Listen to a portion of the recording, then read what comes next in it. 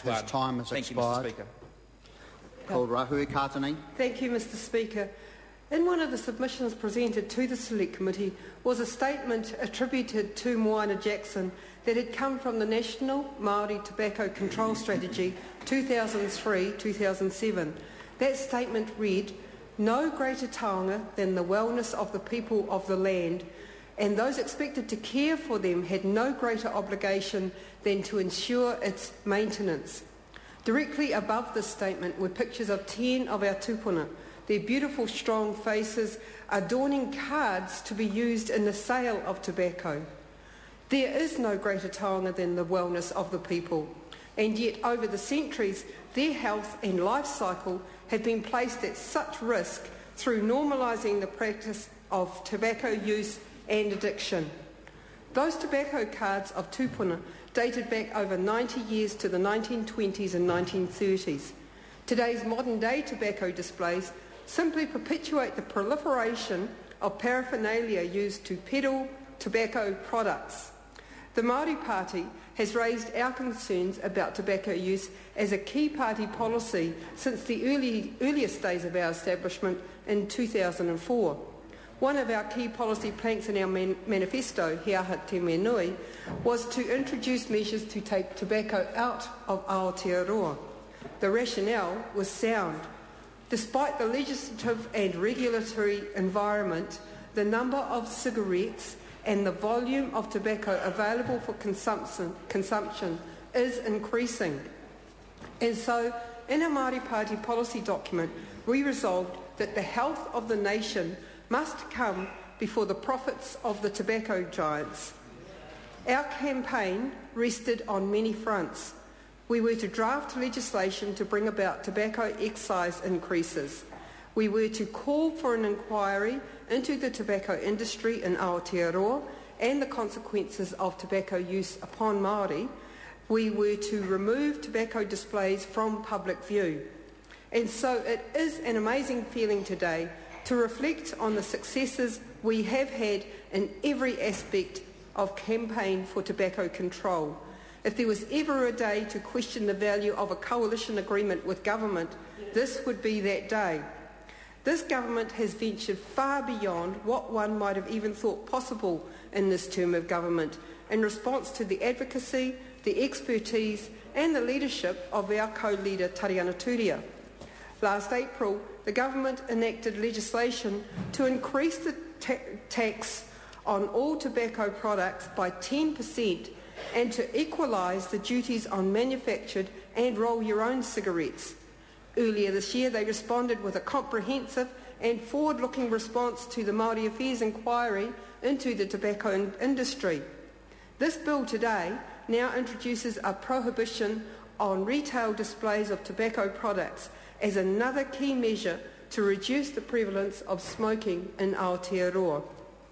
And in a Watch This Space preview in Minister Turia's speech, we know that there will also soon be action taken to introduce plain packaging of tobacco products in line with Australia.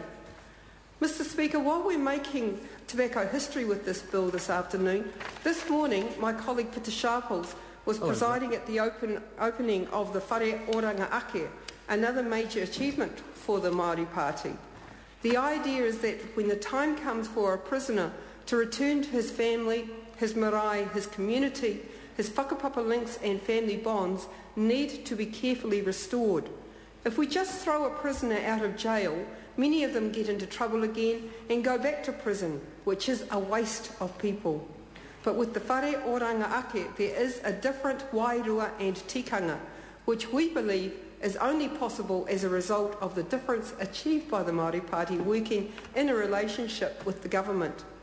I cannot emphasise enough how important these gains are. The legislative moves relating to smoking in Aotearoa are being watched. Going back to Moana Jackson's words, we are talking about no greater taonga than the wellness of the people of the land. Of course, it is not all roses, and I was disappointed that National was unable to appreciate the value of the amendments I sought to introduce to enable a register to be established, for registration to be mandatory and a condition of selling tobacco.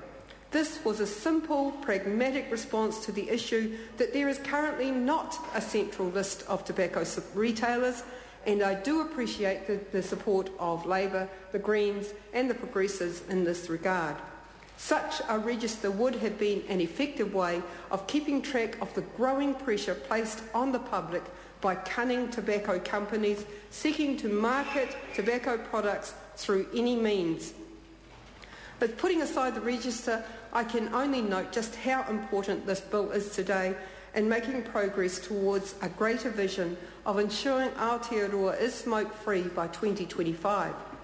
One of the important pieces of information that has enabled this legislation to proceed so smoothly is the research from the Cancer Society of New Zealand, which revealed that a large majority of New Zealanders consistently back removal of tobacco retail displays.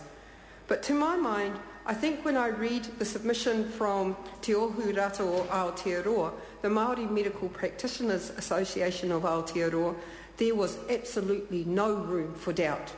This is what they said: future generations of New Zealand, our tamariki and our mokopuna, should be free from exposure to tobacco products. As doctors, we deal every day with the tragic human consequences of smoking-related illness. We target our strongest objection, opposition and opprobrium to those who profit from the production, supply and sale of this addictive poison tobacco. This is a very big move. Today this House will pass into law a bill which will remove tobacco retail displays, restrict tobacco trading names and introduce tighter controls on sale to minors. We know that relapse to smoking is influenced by the retail displays of tobacco products. The mere sight of tobacco on display becomes a temptation for smokers trying to quit. During the Select Committee stage, we were also told by the Centre for Tobacco Control Research that experimental smoking among youth is influenced by the retail display of tobacco products. Basically, the ease of access and availability of tobacco encourages initiation and maintenance of smoking. It can be so simple. We have to denormalise smoking. We have to instill pride in ourselves that we can be smoke-free, because we know, we experience, we grieve from the reality that smoking kills. To bring us back to the fundamental reason for tobacco reform, we only need to return to our urupa and our cemeteries to remember those loved ones who have been taken from us too soon. Smoking is the most significant cause of premature and preventable deaths in New Zealand. As Professor Tony Blakely has said so clearly, reducing smoking is the single most important and attainable policy action to reduce inequalities in mortality for Māori and Pacific peoples. The Māori Party is proud today of our champion Tariana Turia and all the smoke-free advocates, too many to name, who have taken this cause up so valiantly on behalf of whānau.